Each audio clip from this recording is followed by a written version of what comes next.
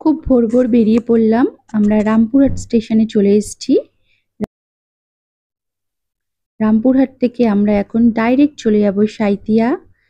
সাঁইথিয়ার মার ৫১ পীঠের এক পীঠ আমরা দর্শন করব। এখানে মার গলার কণ্ঠের হার পড়েছিল।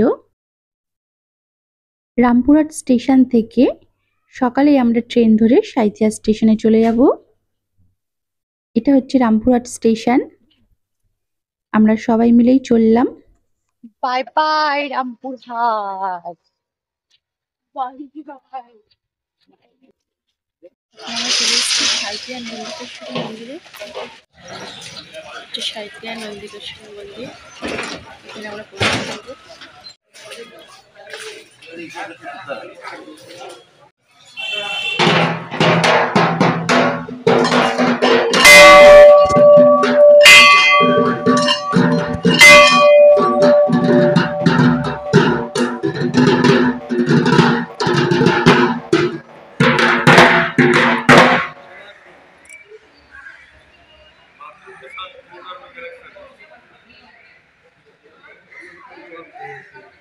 একান্ন সতীপীঠের এক পীঠ কিন্তু এই সাঁইথিয়ায় দেখতে পারবেন। পুরো স্টেশনের সামনে, স্টেশন থেকে ৫ মিনিটের হাঁটা পথ আপনারা এই মন্দিরে চলে আসতে পারবেন। আমরা অনেক ভোর ভোর এসেছিলাম বলে মন্দিরটি পুরো ফাঁকা ছিল। দেখো এই গাছটা কি সুন্দর, একটার সাথে একটা পুরো জড়িয়ে রয়েছে, মনে হচ্ছে মা আর বাবা যেন দুজন পরস্পরকে জড়িয়ে রয়েছে। অনেক পুরনো গাছ কিন্তু এটা দেখেই মনে হচ্ছে। এখানে মার কণ্ঠের হার পতিত হয়েছিল।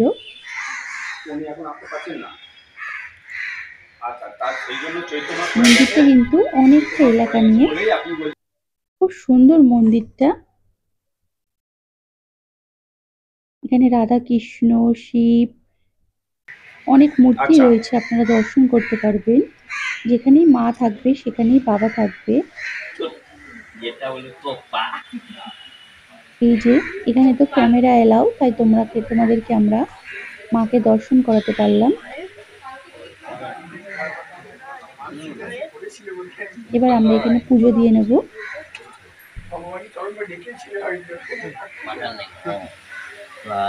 এখানে মায়ের কোন অংশ পড়েছে?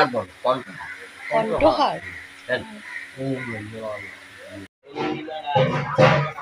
আমরা এখন নন্দিকেশ্বর থেকে পুজো দেওয়া হয়ে গেল, আমরা বেরিয়ে যাচ্ছি। দেখো মন্দিরটার চারদিকটা আমি তোমাদেরকে দেখিয়ে দিলাম। আমাদের পুজো দেওয়া হয়ে গেছে, এবার আমরা বেরিয়ে পড়বো। কি গো? বাবা ভোলানাথকেও দর্শন করে নাও আমার সাথে সাথে তোমরাও।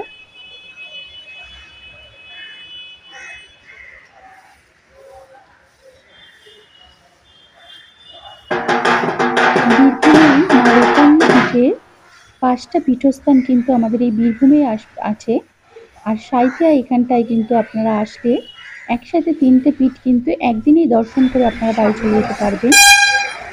মন্দিরের বাইরেই দেখো জগন্নাথের মন্দির রয়েছে, এটাও আমরা দর্শন করে নিলাম। একদম মন্দিরের পাশেই জগন্নাথ দেবের মন্দির রয়েছে। সাঁইথিয়া থেকে আমরা একটা অটো রিজার্ভ করে বেরিয়ে পড়লাম মার আর একটা পীঠ দর্শন করার জন্য, লাভপুর। এখান থেকে আমরা ডাইরেক্ট লাভপুরে চলে যাব। যাওয়ার পথে কিছু দৃশ্য তোমাদেরকে তুলে ধরলাম। দেখো এখানে কিন্তু অনেক মাটির বাড়িও রয়েছে। এখানে দেখো আমরা মন্দিরে ঢুকে পড়েছি। এটা হচ্ছে লাভপুর। লাভপুরের এই মন্দিরটি কিন্তু অট্টহাসি নামে পরিচিত। এখানে মায়ের নিচের ঠোঁট পড়েছিল, তাই এটা ৫১ সতীপীঠের এক পীঠ অট্টহাসি নামে পরিচিত। মন্দিরটার প্রাকৃতিক পরিবেশটা শুধু দেখো, কত গাছপালা, কি সুন্দর, মন একদম শান্ত হয়ে যাবে।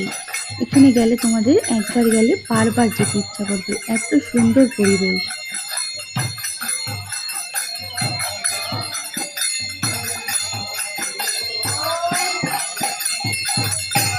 আপনারা সবাই মিলে চললাম মার দর্শনের জন্য।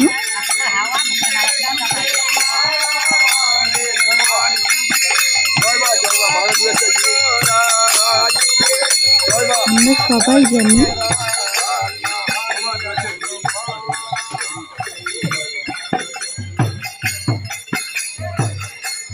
এবার আমরা আস্তে আস্তে মন্দিরের দিকে প্রবেশ করব। এই মন্দিরটি দেখলেও মন একদম মুগ্ধ হয়ে যাবে, এত সুন্দর মন্দিরটি। এখানে বাইরে জুতো খুলে আমরা প্রবেশ করলাম।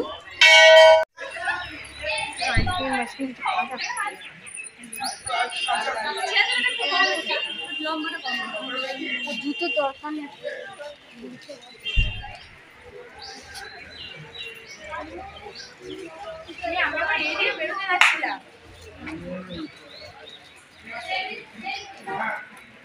নাট মন্দিরটাও দেখো কত সুন্দর। মন্দিরের চারদিকে অনেক গাছপালা রয়েছে, এত ঠান্ডা পরিবেশ, খুব সুন্দর। এই গরমের মধ্যেও কিন্তু ওখানে কোনো গরম অনুভবই হবে না, এত ঠান্ডা। এই যে আমরা মন্দিরে ঢুকে গেলাম। এখানে যেহেতু ক্যামেরা এলাও, সে কারণে তোমাদেরকে আমরা মায়ের দর্শন করাতে পারলাম। এই যে এটা হচ্ছে অট্টহাস্য, বীরভূমের ৫১ সতীপীঠের আরেক পীঠ।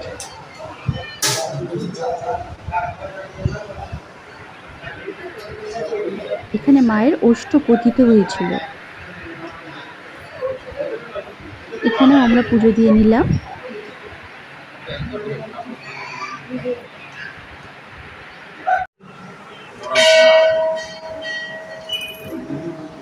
এখানে মায়ের অষ্ট পড়েছিল, তাই না?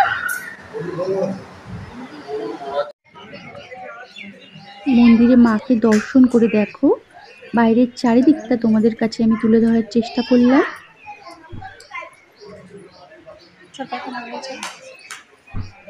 মন্দিরের চারিদিকটা এত সুন্দর, মনে হবে এখানেই থেকে যাই।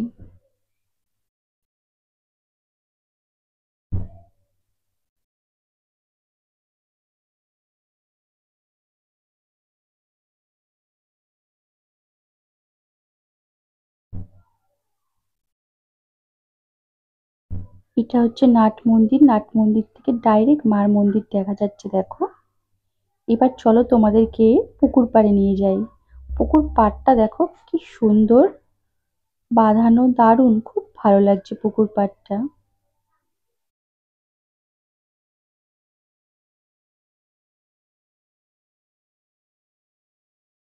আমরা একটু পুকুর পাড়েও চলে গেলাম।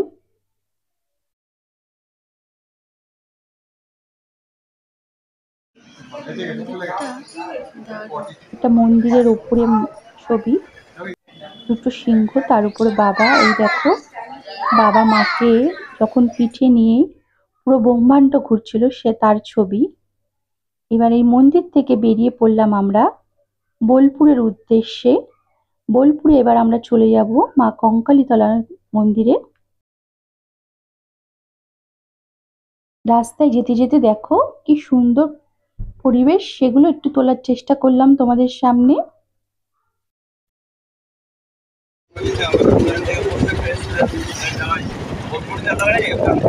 সবুজ আর সবুজে ঘেরা, দেখো এটা হচ্ছে মাটির দোতলা বাড়ি। দেখো এখানে সূর্যমুখী কত ফুল রয়েছে, সেগুলোই তোমাদের সামনে একটু তুলে ধরলাম। কি ভালো লাগছে দেখো দেখতে। এবার আমরা কিন্তু চলে আসলাম কঙ্কালীতলা মন্দিরে। মন্দিরের এটা ঢোকার মুখ। এখানে দেখো সব পার্কিং করা রয়েছে। মন্দিরে ঢোকার মুখেই দেখো কত দোকান। এখানে নানান রকমের ব্যাগ, খেলনা সবকিছু পাওয়া যাবে বাচ্চাদের কিনে দেওয়ার জন্য। এখানে অনেক দোকানপাট রয়েছে। এটা হচ্ছে এখান থেকে মেন গেট, এখান থেকে তোমরা মন্দিরে ঢুকতে পারবে। আর এই পাশে দেখো অনেক ডালার দোকান আছে, এখানে কল আছে, কলে হাত পা ধুয়ে ডালা নিয়ে মন্দিরে প্রবেশ করতে পারবে। এই যে লাইন পড়ে গেছে এখানে অনেক।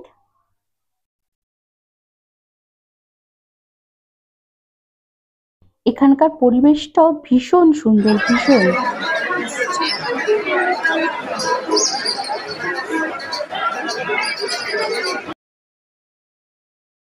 এখানে কিন্তু মন্দিরের ভেতরে মোবাইল এলাও নেই। এই নাট মন্দির থেকে আমি একটুখানি মাকে দেখানোর চেষ্টা করছি। এখানে মায়ের কোনো কিন্তু মূর্তি নেই, এখানে হচ্ছে মায়ের একটা ছবি, ছবিতে কিন্তু পুজো করা হয়।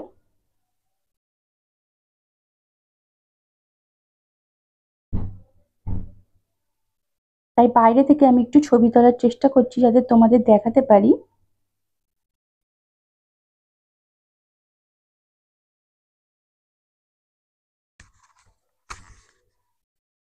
এবার দেখো, এই দেখো এটাই হচ্ছে মার ছবি, এটা হচ্ছে মা কঙ্কালীতলার।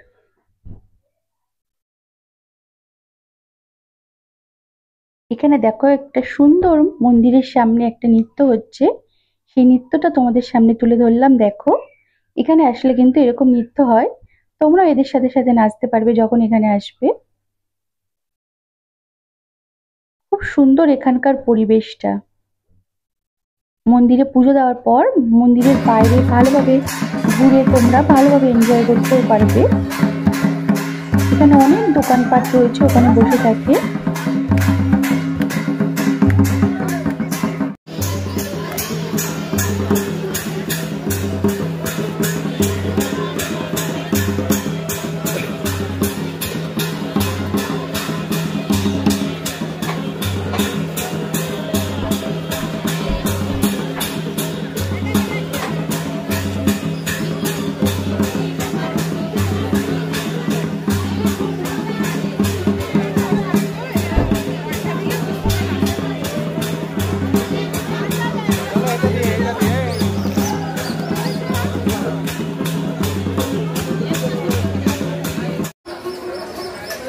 মন্দিরের দেখো চারিদিকটা তোমাদেরকে দেখিয়ে দিলাম। আমাদের কিন্তু পুজো দেওয়াও হয়ে গেছে, চারিদিকটা ভালোভাবে আমরা ঘুরে নিয়েছি। এখানে তোমরা অনেক রকম দোকানও পেয়ে যাবে, আইসক্রিম, আখের রস, এইসব সব পেয়ে যাবে। তোমরা পুজো দিয়ে এইসব খেয়েও নিতে পারবে। এবার আমরা কিন্তু বোলপুর স্টেশনের দিকে রওনা দেব। আমাদের পুজো দেওয়া কিন্তু হয়ে গেছে, মন্দিরের চারিদিকটা কিন্তু ঘোরা হয়ে গেল।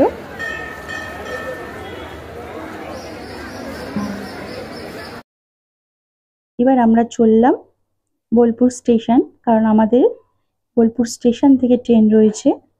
তাহলে বন্ধুরা আজকের ব্লগটা কেমন লাগলো? 51 সতীপীঠের আমি আজকে কিন্তু তোমাদের 3টে পীঠ দর্শন করালাম। কেমন লাগলো অবশ্যই কিন্তু আমাকে কমেন্ট করে জানাবে, আর ভালো লাগলে একটু লাইক ও শেয়ার করে দেবে।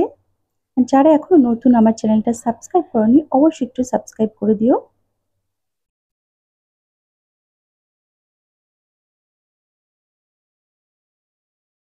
আমি এখন কিন্তু বোলপুর স্টেশনে চলে এসেছি, এখান থেকে আমরা ট্রেন ধরবো।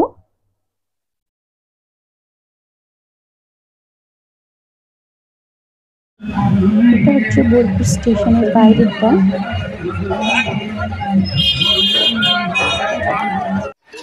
ট্রেনে উঠে পড়েছি, এবার আমরা বাড়িতে ফিরে যাব।